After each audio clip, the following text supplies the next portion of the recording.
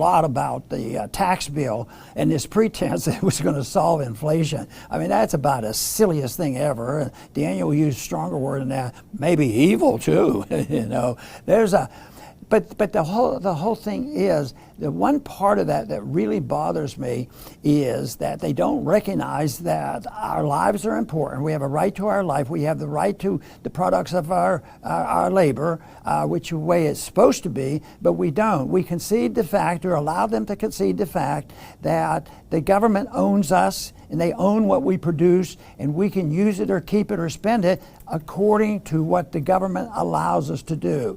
So we don't live in a free country, and eventually that will lead to what we have here. Excessive rules and regulations, deficits that can't be financed anymore with just routine taxation.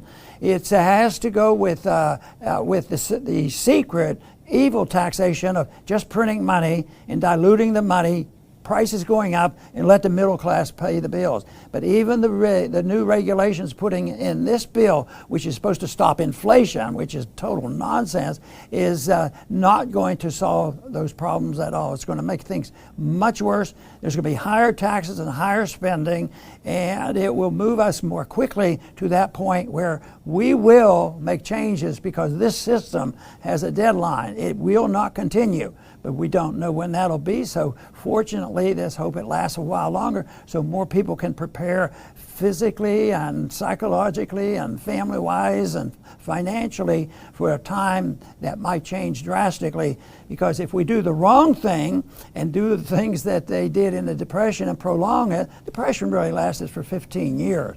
If we allow that to happen, this one could last even longer. And people say, we don't, why are you getting so worried about it? We don't even know if we're in a recession left. Yeah, it's not let alone a depression. Well, the people will speak, and we could take a poll of the people at the grocery store and ask them if they think they're in a recession. Anyway, the answers are not complex. The answers are just understanding and promoting the cause of liberty. We had it once, we had a taste of it, and yet, unfortunately, the largesse of government promises, people were tempted with it, and it shifted into a welfare state and a warfare state where we have an empire to defend and a welfare condition that we can't afford. So it will come to an end, and I think that we should be optimistic enough to say that people do wake up and eventually we will see a change for the better. I want to thank